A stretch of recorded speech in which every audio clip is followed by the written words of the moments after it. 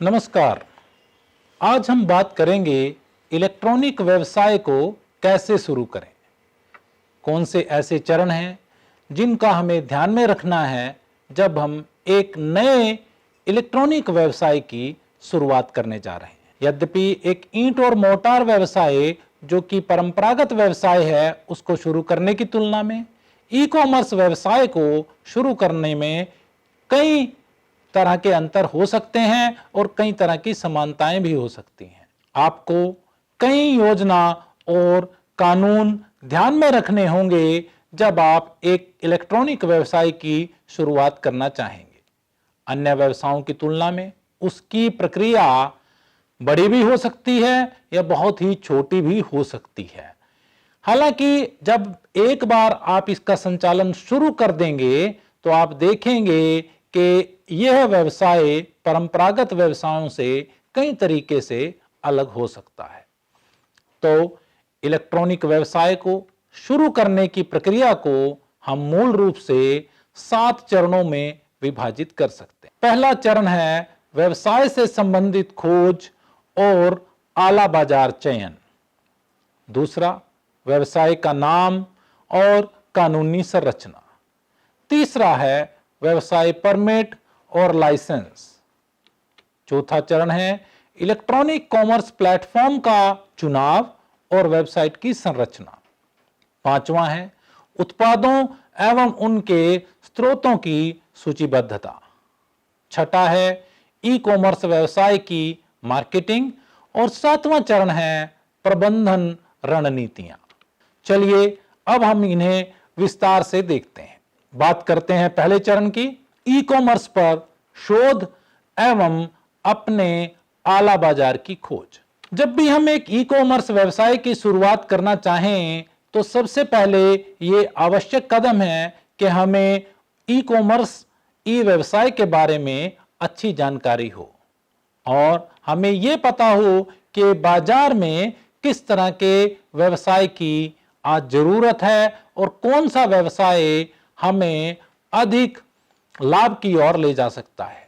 उदाहरण के लिए, यदि आप एक रेस्तरां शुरू करना चाहते हैं तो विभिन्न स्थानों, भोजन विकल्पों और उनसे जुड़े विषयों की हमें तलाश रहनी चाहिए। और जब इसे हम एक इलेक्ट्रॉनिक व्यवसाय के रूप में शुरू करना चाहते हैं तो हमें इनके भोजन विकल्पों के साथ साथ उनके डिलीवरी के मैकेनिज्म्स, उन पे भी ध्यान देना होगा।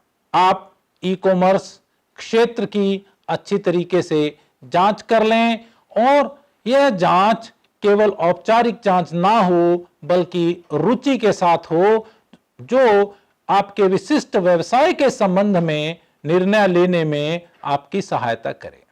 उदाहरण के लिए, आपको इस बात पर विचार करना चाहिए कि ई कॉमर्स व्यवसाय वास्तव में क्या पेश करने जा रहा है।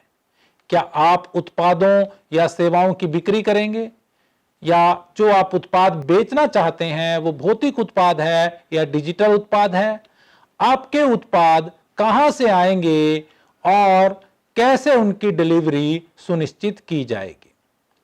क्या आप एकल उत्पाद बेचेंगे या पैकेज बेचेंगे, सदस्यता बेचेंगे और उनको कैसे तरीके से आप पेश करेंगे।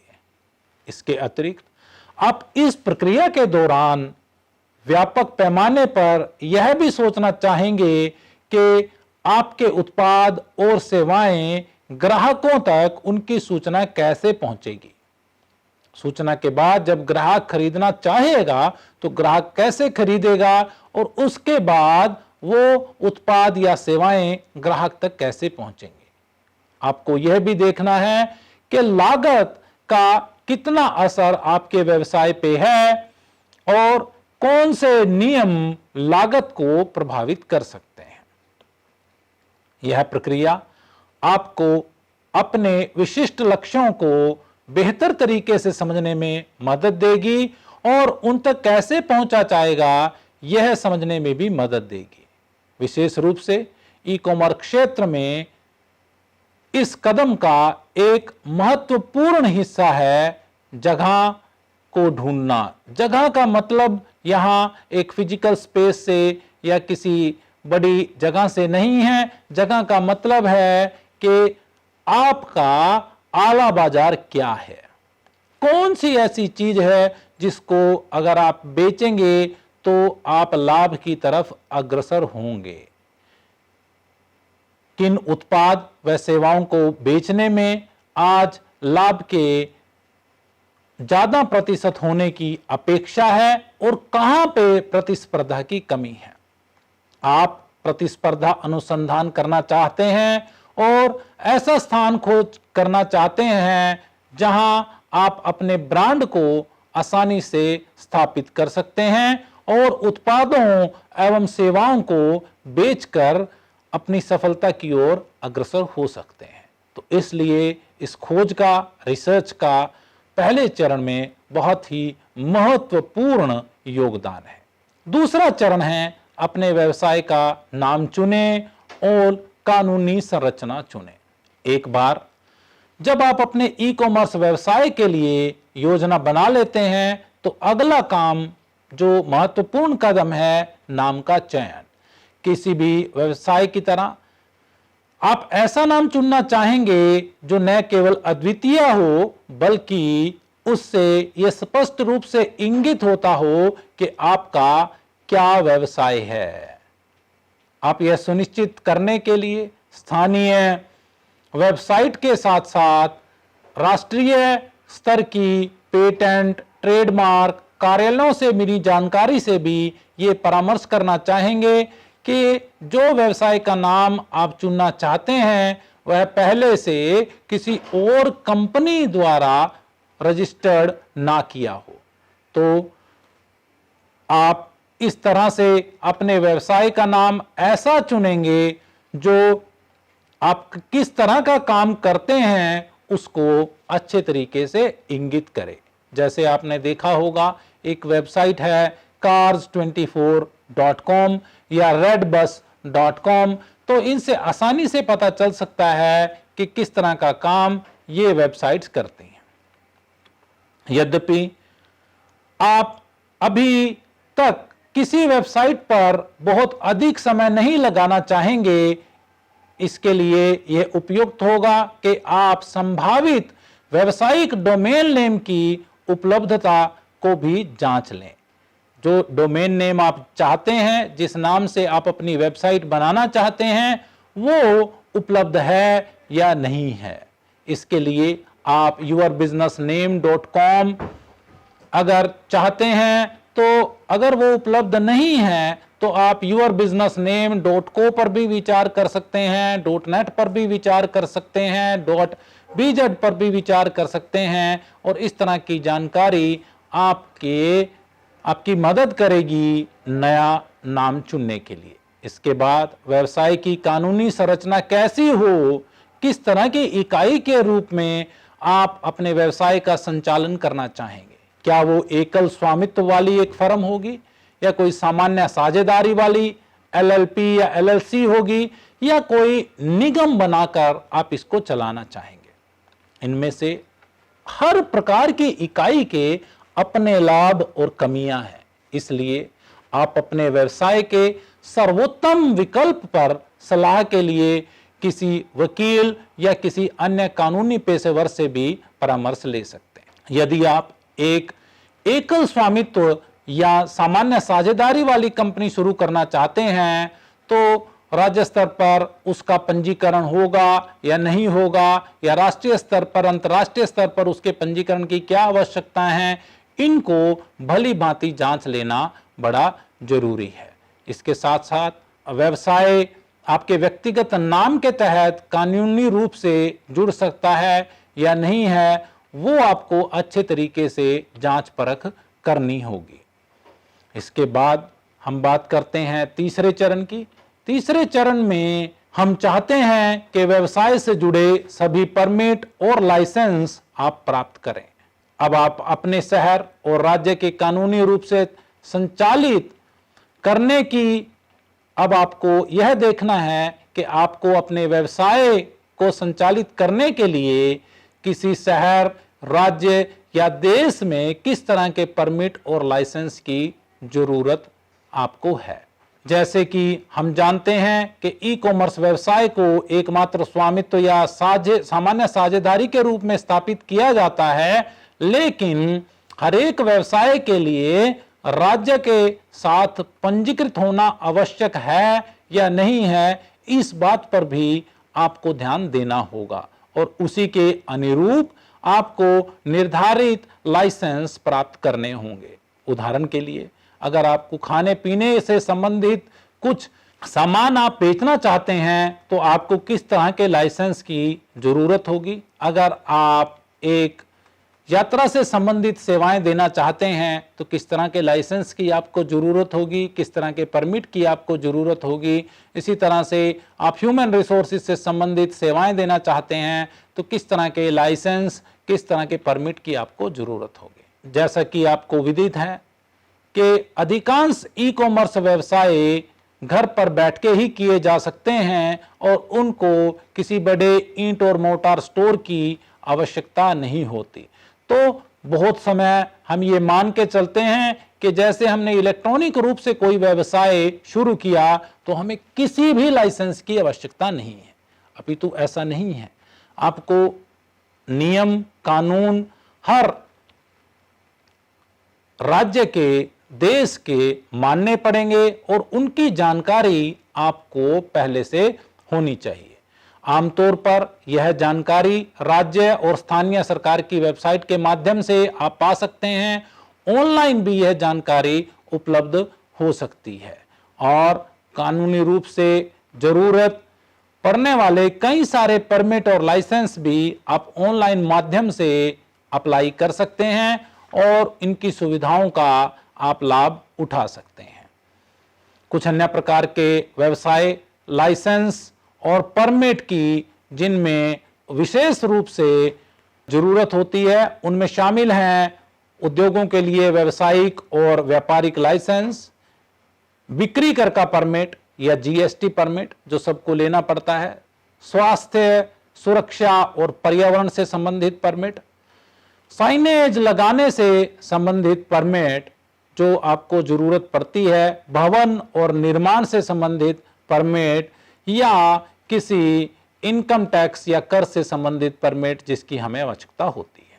तो ये सारे परमिट और लाइसेंस आपको सुनिश्चित करना है कि जब भी आप अपना एक ई व्यवसाय शुरू करना चाहें तो आपके पास आसानी से इनकी उपलब्धता हो। चौथा चरण है ई कॉमर्स प्लेटफॉर्म का चुनाव और वेबसाइट का बनाना। जब भी हम एक इलेक्ट्रॉनिक व्यवसाय, एक इलेक्ट्रॉनिक कॉमर्स व्यवसाय की शुरुआत करते हैं तो जैसे ही आपने पंजीकरण की बात सोची तो कानूनी रूप से शुरू करने के लिए कई सारी कागजी कार्रवाई आपको करनी पड़ेगी, लेकिन इनमें ज्यादातर प्रतिबद्धता ईंट और मोर्टार व्यवसाय की तरह ही है। कुछ स्थानों पर खोज करने और वेबसाइट और ऑनलाइन स्टोर बनाना जैसे ही आप शुरू करेंगे तो इस तरह सबसे महत्वपूर्ण चीज जो आपके सामने आएगी वो है वेबसाइट का चुनाव। लेकिन अगर वेबसाइट के चुनाव को भी हम देखें, उससे पहले जो उससे भी महत्वपूर्ण बात है वो ये है कि आप किस तरह का व्यवसाय शुरू करना चाहते हैं और उसका प्राइमरी मोड ऑफ वर्किंग क्या है। क्या आप खुद को एक व्यवसाय की तरह रजिस्टर कराना चाहते हैं किसी बड़े एग्रीगेटर के पास, जैसे amazon.com पे आप गए, आपने एक व्यवसाय की तरह अपने आप को रजिस्टर करा लिया और आपने अपना एक इलेक्ट्रॉनिक व्यवसाय शुरू कर लिया, या आप फ्लिपकार्ट पे गए, या आपने फेसबुक पे कोई छोटा सा पोर्टल बना लिया, या एक फुल फ्लैश्ड पूरी तरह से बने हुए ई कॉमर्स व्यवसाय को आप शुरू करना चाहेंगे जहां पे आपकी अपनी एक वेबसाइट होगी। अगर आप ऐसा सोच रहे हैं तो आपको ये सोचना है कि आपके अपना डोमेन नेम हो और उस डोमेन नेम का चुनाव अच्छे तरीके से किया जा सके। आपको व्यवसाय से संबंधित डोमेन नेम लेना है, उस डोमेन नेम का अर्थ बड़े अच्छे तरीके से समझना है। इसके लिए आप कई तरह के सॉफ्टवेयर्स का भी सहारा ले सकते हैं, जैसे shopify.com, magento.com, इस तरह के नाम हैं जो निश्चित रूप से आपको ये बताते हैं कि यह वेबसाइट किस तरीके की है। इसी तरह से आप सोचें firstcry.com, जिसके नाम से आपको पता चलता है कि यह शायद छोटे बच्चों से जुड़ी कोई वेबसाइट है। अधिकांश ई कॉमर्स प्लेटफॉर्म आपको न केवल अपना ऑनलाइन स्टोर बनाने और लॉन्च करने की अनुमति देते हैं, बल्कि आपके डिज़ाइन को कस्टमाइज करने, अपना डोमेन नेम जोड़ने या खरीदने या इन्वेंट्री प्रबंधित करने, ऑर्डर लेने और शिप करने, भुगतान प्राप्त करने आदि की सुविधा भी प्रदान करते हैं। यद्यपि बाजार में सैकड़ों प्लेटफॉर्म उपलब्ध हैं, लेकिन अपना ई कॉमर्स व्यवसाय करने के लिए आप निम्न वेबसाइटों में से किसी एक समाधान पर विचार कर सकते हैं। जैसे आप देखें शॉपिफाई, वूकॉमर्स, स्क्वायरस्पेस, मैजेंटो इत्यादि। ये बहुत सारे उदाहरण आपको मिल जाएंगे। और भी बहुत सारे वेबसाइट, पोर्टल्स और कई तरह के मोबाइल से जुड़े ऐप्स आज हमारे सामने हैं, जिनका प्रयोग आप अपने इलेक्ट्रॉनिक व्यवसाय को व्यवस्थित करने में प्रयोग कर सकते हैं। अगला चरण, जिसको हम 5वां चरण कहेंगे, वो है उत्पादों एवं उनसे जुड़े स्रोतों को सूचीबद्ध करना। अपना ई कॉमर्स प्लेटफॉर्म चुनने और अपनी वेबसाइट शुरू करने के बाद आप लगभग प्रक्रिया के अंत तक पहुंच चुके हैं। लेकिन एक महत्वपूर्ण बिंदु पर बात करने की जरूरत है, और यह बिंदु है कि आपकी वेबसाइट पर क्या हो। आपकी वेबसाइट जो आपने सोची है, न केवल उसका डिजाइन बहुत ज्यादा महत्वपूर्ण है, अपितु उसका कंटेंट, उसके ऊपर क्या हो, वो भी महत्वपूर्ण है। इसके लिए यह जरूरी है कि आप अपने उत्पादों को बड़े अच्छे तरीके से सूचीबद्ध करें। आपने देखा होगा कि अगर हम किसी बड़ी इलेक्ट्रॉनिक व्यवसायी कंपनी की बात करें, जैसे हम अमेजॉन या फ्लिपकार्ट की बात करें, तो लाखों से भी ज्यादा उत्पाद इन वेबसाइट पर उपलब्ध हैं। लेकिन इन सब उत्पादों को कैसे उन पर प्रदर्शित किया जाए, कैसे उनकी कैटलॉगिंग की जाए, कैसे उनकी अलग अलग तरह की कैटेगरी बनाई जाए, वो बड़ा ही महत्वपूर्ण है। तो आपको पहले से इस प्रक्रिया के बारे में जानना चाहिए और सोचना चाहिए कि आपके उत्पाद आपकी वेबसाइट पर कैसे होंगे, और इसके साथ साथ उनके स्रोत क्या होंगे, वो उत्पाद कहां से आपकी वेबसाइट पर जुड़ेंगे। यदि आप एक सलाहकार के रूप में अपनी सेवाएं बेच रहे हैं, उदाहरण के लिए आप वेबसाइट ऐसी है जहां केवल सूचनात्मक उत्पाद ही बिकते हैं, तो आपको यह जानकारी रखनी है कि इन सूचनाओं का आदान प्रदान कैसे होगा और ये सूचनाएं बढ़ेंगी कैसे, इनके स्रोत क्या होंगे। उदाहरण के लिए अगर आप शादी.com या travelyaari.com जैसी वेबसाइट चला रहे हैं जो बेहद सूचनात्मक हैं, तो आपको इस चीज पर ध्यान देना होगा कि ये सूचनाएं कैसे आएंगी। यदि आप उत्पाद बेच रहे हैं, जैसा कि आप कल्पना कर सकते हैं, तो यह कदम बड़ा ही जटिल होगा, क्योंकि आपको उस इन्वेंट्री पर विचार करना होगा जहां से आप शुरू कर रहे हैं। जैसे जैसे आपका उत्पाद बिकेगा, वैसे वैसे आपकी इन्वेंट्री कम होगी। तो इस इन्वेंट्री को मैनेज करना, उसके बारे में सोचना, यह देखना कि कैसे वो इन्वेंट्री हमेशा आपके पोर्टल पर अवेलेबल हो, जैसे कोई खरीदारी हो तो अपने आप से कम हो, और उसके स्रोत क्या हो जहां से वो इन्वेंट्री दोबारा से भरी जा सके।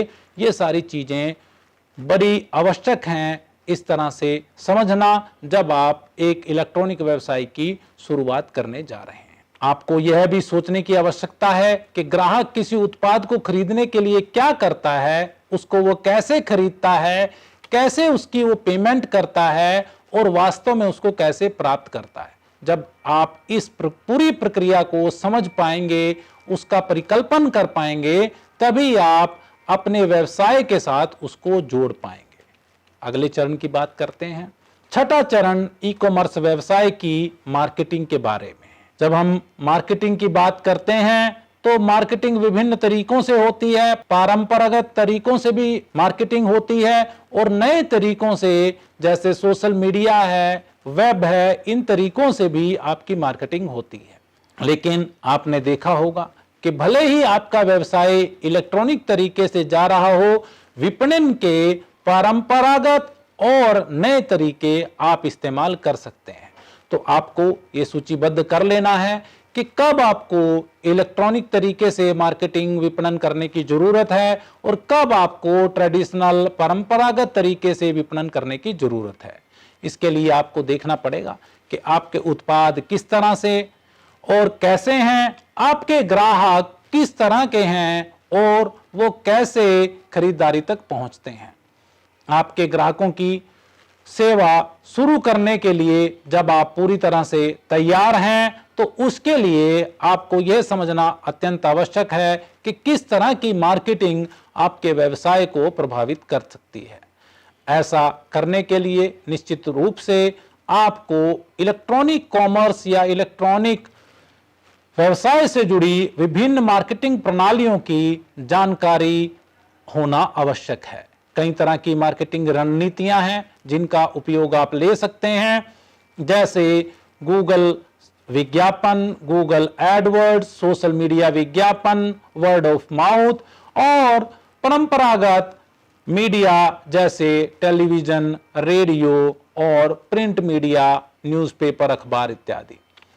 सबसे बुनियादी स्तर पर सर्च इंजन ऑप्टिमाइजेशन, जिसको हम एसईओ कहते हैं, आपको अपनी व्यावसायिक वेबसाइट के लिए अनुकूलन बड़ा जरूरी है। और जैसे जैसे आपका ई कॉमर्स प्लेटफॉर्म आगे की तरफ बढ़ेगा वैसे वैसे एसईओ से संबंधित जरूरतें भी बढ़ने लगेंगी। तो इसका भी आपको पहले से ही एक अच्छी योजना बना के काम करने की आवश्यकता है। आप देखेंगे जैसे जैसे आपका ई कॉमर्स व्यवसाय ऊपर की ओर चलेगा, आपको ऑर्डर मिलना शुरू हो जाएगा, वैसे वैसे ही इस चीज की महत्ता भी बढ़ती जाएगी कि आप अपने ग्राहकों को कैसे ट्रैक कर रहे हैं। आप कैसे ये ढूंढ रहे हैं कि आप अपने ग्राहक क्या कर रहे हैं, आपके ग्राहक कहां से आते हैं, आपके ग्राहक कहां जाते हैं, कैसे खरीदारी करते हैं, कौन से क्रेडिट कार्ड को यूज करते हैं, कौन से समय में सबसे ज्यादा ग्राहक आते हैं और कौन सी जगह से ये ग्राहक आते हैं, उनका समय कैसे बीतता है। ये सब करने के लिए आप तरह तरह के एनालिटिक्स, जिनको हम विश्लेषकी, वेब विश्लेषकी, सोशल मीडिया विश्लेषकी, मार्केटिंग विश्लेषकी के रूप में जानते हैं, वो सभी अच्छे तरीके से आपको अपनी मार्केटिंग रणनीति में समायोजित करने होंगे। अब हम बात करते हैं सातवां चरण यानी कि अंतिम चरण की। अंतिम चरण में हमें प्रबंधन रणनीतियों पर ध्यान देना होगा। ये प्रबंधन रणनीतियां हमारे ई व्यवसाय से कई तरीकों से जुड़ी हो सकती हैं। ये ग्राहक संबंध प्रबंधन से भी जुड़ी हो सकती हैं, आपूर्ति श्रृंखला प्रबंधन से भी जुड़ी हो सकती हैं, या ये एनालिटिक्स यानी कि विश्लेषकी तथ्यों से भी जुड़ी हो सकती हैं। लेकिन सभी तरह की प्रबंधन रणनीतियों पर हमें ध्यान देना होगा और ये सुनिश्चित करना होगा कि हम इलेक्ट्रॉनिक व्यवसाय को दिनों दिन अच्छे तरीके से प्रबंधित करें ताकि यह व्यवसाय आगे की तरफ बढ़ेगा। इसको आगे की तरफ बढ़ाने के लिए हम अगर एक मैनेजमेंट पिरामिड, प्रबंधन पिरामिड की रूप में देखें तो स्ट्रेटेजिक, टैक्टिकल और ऑपरेशनल यानी कि तीनों तरह के लेवल पर हमें काम करने की आवश्यकता होती है और उसी के अनुरूप रणनीतियों पर ध्यान देने की आवश्यकता होती है। एक बहुत ही बड़ा अंतर जो परंपरागत व्यवसाय और इलेक्ट्रॉनिक व्यवसाय से जुड़ी रणनीतियों में होता है कि इलेक्ट्रॉनिक व्यवसाय की संरचना बड़ी तेज गति से बदल रही है। आप देखेंगे कि नए नए इलेक्ट्रॉनिक व्यवसाय दिनों दिन हमारे सामने आते रहे और जैसे जैसे ये नए व्यवसाय हमारे सामने आएंगे, हमारे व्यवसाय के लिए प्रतिस्पर्धा उतने ही तरीके से बढ़ती चली जाएगी। तो हमें ये सुनिश्चित करना होगा कि जितने भी इलेक्ट्रॉनिक व्यवसाय आए उनसे हमें फर्क ना पड़े और हम एक बेहतर सेवा अपने ग्राहकों को दे पाएं। तो इस बेहतर सेवा को देने के लिए हमें अपनी प्रबंधन रणनीतियों पर विशेष रूप से ध्यान देना होगा और ऐसी रणनीतियां बनानी होंगी जो कॉन्टिन्यूअस तरीके से, लगातार तरीके से बढ़ती चली जाएं, अच्छी होती चली जाएं। अगर हम इन सभी चरणों पर ध्यान देंगे विस्तृत रूप से तो हम निश्चय रूप से ही एक अच्छे इलेक्ट्रॉनिक व्यवसाय की स्थापना कर पाएंगे। तो आज के सत्र में हमने इलेक्ट्रॉनिक व्यवसाय को शुरू करने के लिए विभिन्न चरणों पर बात की, लेकिन यह बड़े ही संक्षेप में हमने जाना कि अगर आप इलेक्ट्रॉनिक व्यवसाय शुरू करना चाहते हैं तो चरणबद्ध तरीके से कैसे आपको काम करना है।